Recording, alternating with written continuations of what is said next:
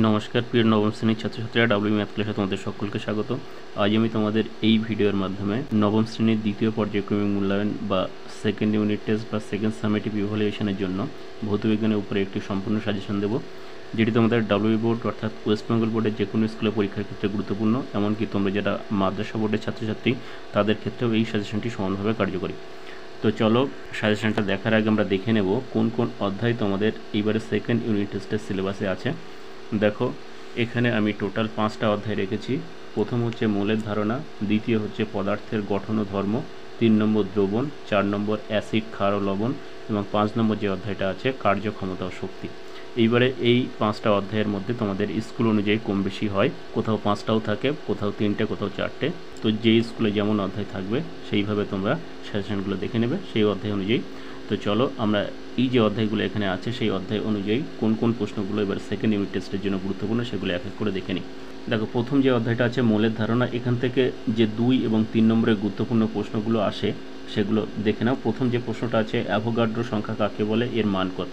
2 নম্বর Avogadro সংখ্যার গুরুত্ব লেখো। 3 নম্বর মোল সংখ্যা কাকে বলে, এর সঙ্গে মোলার ভর কাকে বলে। 4 নম্বর যে ইম্পর্টেন্ট কোশ্চেনটা আছে অ্যাভোগাড্রো সংখ্যা ও মোল সংখ্যার মধ্যে সম্পর্ক লেখো। 5 নম্বর গ্রাম পরমাণু বা গ্রাম পারমাণবিক ভর কাকে বলে। 6 নম্বর যে ইম্পর্টেন্ট কোশ্চেনটা আছে অধিকাংশ মৌলের পারমাণবিক ভর ভগ্নাংশ হয় কেন। 7 নম্বর হাইড্রোজেন ও কার্বন স্কেলে পারমাণবিক ভর বা আপেক্ষিক পারমাণবিক ভর কাকে বলে। 8 নম্বর যে কোশ্চেনটা আছে অক্সিজেনের গ্রাম পারমাণবিক ভর 16 গ্রাম বলতে কী বোঝো। 9 নম্বর গ্রাম অণু বা গ্রাম আণবিক ভর কাকে বলে। 10 নম্বর যে ইম্পর্টেন্ট কোশ্চেনটা আছে গ্রাম আণবিক আয়তন বা মোলার আয়তন কাকে বলে। 11 নম্বর যে কোশ্চেনটা আছে নাইট্রিক অ্যাসিড ও অ্যামোনিয়ার মোলার ভর কত, যেখানে হাইড্রোজেনে একটি অণুর ভর 1 ইউনিট, নাইট্রোজেনে একটি অণুর ভর 14 ইউনিট এবং অক্সিজেনে একটি অণুর ভর 16 ইউনিট। 12 নম্বর যে কোশ্চেনটা আছে 9 গ্রাম জলে অণুর সংখ্যা এবং সেই অণুতে উপস্থিত হাইড্রোজেন পরমাণুর সংখ্যা কত। 13 নম্বর যে কোশ্চেনটা আছে গ্যাসের মোলার আয়তন গণনার সময় নির্দিষ্ট উষ্ণতা ও চাপের উল্লেখ থাকে কেন। 14 নম্বর যে ইম্পর্টেন্ট কোশ্চেনটা আছে এসটিপিতে 22.4 লিটার কার্বন ডাইঅক্সাইড গ্যাসে উপস্থিত অণুর সংখ্যা নির্ণয় করো। তো এই কোশ্চেনগুলো তোমরা মৌলের ধারণা এই অধ্যায় থেকে 2 এবং 3 নম্বরের কোশ্চেন হিসেবে খুব ভালো করে দেখে রাখবে। নেক্সট 2 নম্বর যে অধ্যায়টা এখানে আছে পদার্থের গঠন ও ধর্ম, এখান থেকে যে ইম্পর্টেন্ট কোশ্চেনগুলো রেখেছি দেখে নাও। প্রথম যে প্রশ্নটা আছে তরলের চাপ ও ঘাত কাকে বলে, অর্থাৎ চাপের সংজ্ঞা আর ঘাতের সংজ্ঞা, দুটো সংজ্ঞা তোমরা ভালো করে দেখে রাখবে। 2 নম্বর যে কোশ্চেনটা আছে তরলের চাপ ও ঘাতের মধ্যে সম্পর্কটি লেখো। 3 নম্বর বায়ুমণ্ডলীয় চাপ ও প্রমাণ বায়ুমণ্ডলীয় চাপ কাকে বলে। দেখো এখানে দুটো সংজ্ঞা আছে, বায়ুমণ্ডলীয় চাপের একটা সংজ্ঞা, আবার প্রমাণ বায়ুমণ্ডলীয় চাপের একটা সংজ্ঞা। তো এই দুটো সংজ্ঞা তোমরা এখান থেকে ভালো করে দেখে রাখবে। 4 নম্বর যে ইম্পর্টেন্ট কোশ্চেনটা আছে আর্কিমিডিসের নীতিটি লেখো। 5 নম্বর প্লবতা কাকে বলে, এর সঙ্গে প্লবতা কোন কোন বিষয়ের উপর নির্ভর করে। 6 নম্বর সাইফন কি, এর সঙ্গে সাইফনের দুটি ব্যবহারিক প্রয়োগ উল্লেখ করো। 7 নম্বর পৃষ্ঠটান বলতে কী বোঝো, এর মাত্রীয় সংকেতটি লেখো।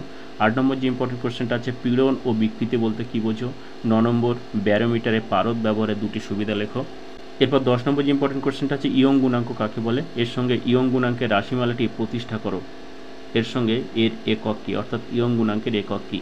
11 নম্বর ঘনত্ব আপেক্ষিক গুরুত্বের 3টি পার্থক্য লেখো। 12 নম্বর চাঁদে সাইফন ক্রিয়া করবে কি, কারণ সহ ব্যাখ্যা দাও। 13 নম্বর বার্নৌলির নীতি এবং এর গাণিতিক সমীকরণটি লেখো। 14 নম্বর বৃষ্টির জলের ফোঁটা গোলাকার হয় কেন। 15 নম্বর সান্দ্রতা ও ঘর্ষণের মধ্যে পার্থক্য লেখো, এর সঙ্গে সান্দ্রতাঙ্ক কাকে বলে। 16 নম্বর ভাষণ ও নিমজ্জনের শর্তগুলি লেখো, এর সঙ্গে স্থিতিস্থাপকতা কাকে বলে। 17 নম্বর যে কোশ্চেনটা আছে ব্যারোমিটারের সাহায্যে কিভাবে আবহাওয়ার পূর্বাভাস নির্ণয় করা হয় বা মাপা হয়। তো এই কোশ্চেনগুলো তোমরা পদার্থের গঠন ও ধর্ম এই অধ্যায় থেকে ভালো করে দেখে রাখবে। নেক্সট চলে এসো তোমাদের 3 নম্বর অধ্যায় অর্থাৎ দ্রবণ, এখান থেকে যে 2 এবং 3 নম্বর ইম্পর্টেন্ট কোশ্চেনগুলো থাকছে দেখে নাও। প্রথম যে প্রশ্নটা আছে দ্রাব্যতা কাকে বলে, এর একক কী, সঙ্গে দ্রাব্যতার গুরুত্ব লেখো। 2 নম্বর কোনো দ্রবণ সম্পৃক্ত, অসম্পৃক্ত না অতিপৃক্ত কীভাবে চিনবে। 3 নম্বর তরল দ্রাবকে গ্যাসের দ্রাব্যতা কোন কোন বিষয়ের উপর নির্ভর করে। 4 নম্বর ক্লয়েডীয় দ্রবণ কাকে বলে, উদাহরণ দাও। 5 নম্বর প্রকৃত দ্রবণ ও ক্লয়েডীয় দ্রবণের মধ্যে পার্থক্য লেখো। 6 নম্বর ইমালশন কাকে বলে, এর সঙ্গে ইমালশন কারক বলতে কী বোঝো। 7 নম্বর যে ইম্পর্টেন্ট কোশ্চেনটা আছে টিন্ডাল প্রভাব কাকে বলে। 8 নম্বর বীজ কেলাস কাকে বলে। 9 নম্বর কোনো দ্রবণের পিএইচ বলতে কী বোঝো। 10 নম্বর দ্রাব্যতার সংজ্ঞায় উষ্ণতার উল্লেখ থাকে কেন। 11 নম্বর, লাইকার অ্যামোনিয়ার বোতলে ছিপি খোলার আগে বোতলটি ঠান্ডা করা উচিত কেন? 12 নম্বর যে কোশ্চেনটা আছে, ব্রাউনীয় গতি কাকে বলে? এর সঙ্গে এই গতি কিভাবে সৃষ্টি হয়? তো এই কোশ্চেনগুলো তোমরা দ্রবণ এই অধ্যায় থেকে খুব ভালো করে রাখবে। নেক্সট চলে এসো তোমাদের 4 নম্বর অধ্যায়, অ্যাসিড, ক্ষার ও লবণ। এখান থেকে যে গুরুত্বপূর্ণ প্রশ্নগুলো থাকছে দেখে নাও। প্রথম যে প্রশ্নটা আছে, হাইড্রোক্লোরিক অ্যাসিড বা HCl, নাইট্রিক অ্যাসিড বা HNO3, এই দুটি অ্যাসিড কিভাবে শনাক্ত করবে? নেক্সট 2 নম্বর যেটা আছে, দেখো এখানে কয়েকটা সংজ্ঞা রাখা হয়েছে, এই সংজ্ঞাগুলো তোমরা ভালো করে করবে। অ্যাসিড কাকে বলে, ক্ষারক কাকে বলে, ক্ষার কাকে বলে, নির্দেশক এর সংজ্ঞা, অ্যাসিড বৃষ্টির সংজ্ঞা, পিএইচ স্কেলের সংজ্ঞা, এই সংজ্ঞাগুলো তোমরা এখান থেকে ভালো করে দেখে রাখবে। এরপর 3 নম্বর যে কোশ্চেনটা আছে, অম্ল বৃষ্টির ক্ষতিকারক প্রভাবগুলি লেখো। 4 নম্বর, অম্লরাজ বা অ্যাকোয়ারিজিয়া কাকে বলে, এর ব্যবহার লেখো। 5 নম্বর, ধূমায়মান নাইট্রিক অ্যাসিড কাকে বলে। 6 নম্বর, স্টোন ক্যান্সার কি। 7 নম্বর, সব ক্ষারক ক্ষার নয় কিন্তু সব ক্ষারই ক্ষারক, ব্যাখ্যা করো। 8 নম্বর, সোডিয়াম অক্সাইড বা কস্টিক সোডার ব্যবহার লেখো। 9 নম্বর, শিল্পক্ষেত্রে HCl অর্থাৎ হাইড্রোক্লোরিক অ্যাসিড, HNO3 অর্থাৎ নাইট্রিক অ্যাসিড ও H2SO4 অর্থাৎ সালফ্রিক অ্যাসিড, এই তিনটি অ্যাসিডের ব্যবহার লেখো। 10 নম্বর যে কোশ্চেনটা আছে, বিলীয়মান রং কাকে বলে, এর সঙ্গে অ্যান্টাসিড কাকে বলে। 11 নম্বর, উদাহরণ সহ শমিত লবণ ও আম্লিক লবণের সংজ্ঞা দাও। 12 নম্বর যে ইম্পর্টেন্ট কোশ্চেনটা আছে, দাঁতের ক্ষয়ের উপর পিএইচ এর প্রভাব লেখো।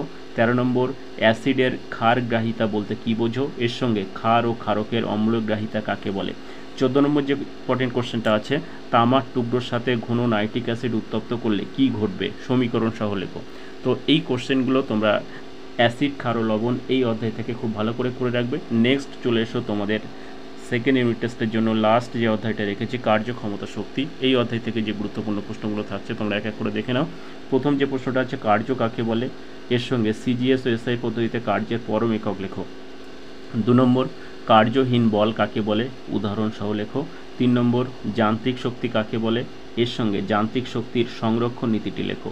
4 নম্বর যে কোশ্চেনটা আছে, যান্ত্রিক শক্তি কয় প্রকার ও কী কী, এর সঙ্গে যান্ত্রিক শক্তি নিত্যতা নীতিটি লেখো। 5 নম্বর যে ইম্পর্টেন্ট কোশ্চেনটা আছে, দেখাও যে অবাধে পতনশীল বস্তুর যে কোনো অবস্থানে মোট যান্ত্রিক শক্তির ধ্রুবক থাকে। 6 নম্বর যে কোশ্চেনটা আছে, বলের বিরুদ্ধে কার্য বা ঋণাত্মক কার্য কাকে বলে, উদাহরণ সহ লেখো। 7 নম্বর, SI পদ্ধতিতে ক্ষমতার পরম একক কী, এর সঙ্গে 1 ওয়াট কাকে বলে। 8 নম্বর যে কোশ্চেনটা আছে, অশ্বক্ষমতা বা হর্স পাওয়ার কাকে বলে, এর সঙ্গে কিলোওয়াট কাকে বলে। 9 নম্বর যে কোশ্চেনটা আছে, একটি বাক্স ঝুলিয়ে এক ব্যক্তি নততল বরাবর উপরের দিকে উঠছে, এক্ষেত্রে অভিকর্ষ বল বাক্সের উপর কোনো কার্য করছে কি, ব্যাখ্যা করো। 10 নম্বর যে কোশ্চেনটা আছে, বলের দ্বারা কার্য বলতে কী বোঝো, উদাহরণ সহ লেখো। 11 নম্বর যে কোশ্চেনটা আছে, পেরেক পোঁতার সময় হাতুড়িকে খানিকটা উপরে তুলে পেরেকে আঘাত করা হয় কেন। 12 নম্বর যে কোশ্চেনটা আছে, 40 কেজি ভরের একজন বালক 10 কেজি ভরের একটি ব্যাগ নিয়ে 5 সেকেন্ডে সিঁড়ির 10টি ধাপ উপরে উঠল, প্রতি ধাপের উচ্চতা 10 সেন্টিমিটার হলে বালকের ক্ষমতা কত। তো এটা একটা অঙ্ক আছে, এটা করবে। 13 নম্বর যে কোশ্চেনটা আছে, এটাও একটা অঙ্ক, দেখে নাও।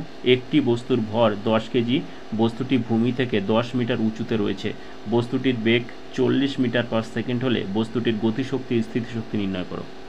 তো এই কোশ্চেনগুলো তোমরা কার্যক্ষমতা ও শক্তি এই অধ্যায় থেকে খুব ভালো করে রাখবে। আশা করি এখান থেকে তোমরা ম্যাক্সিমাম কোশ্চেন কমন পেয়ে যাবে।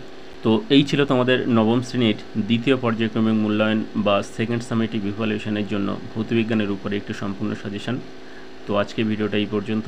ভিডিওটা বন্ধুদের কাছে বেশি করে শেয়ার করবে এবং ভালো লাগলে একটা লাইক করো। আর পরবর্তী সমস্ত সাজেশন এবং আমার চ্যানেলের সমস্ত ভিডিও পাওয়ার জন্য চ্যানেলটা সাবস্ক্রাইব করে পাশের বেল আইকন প্রেস করে রেখো। Thank you for watching.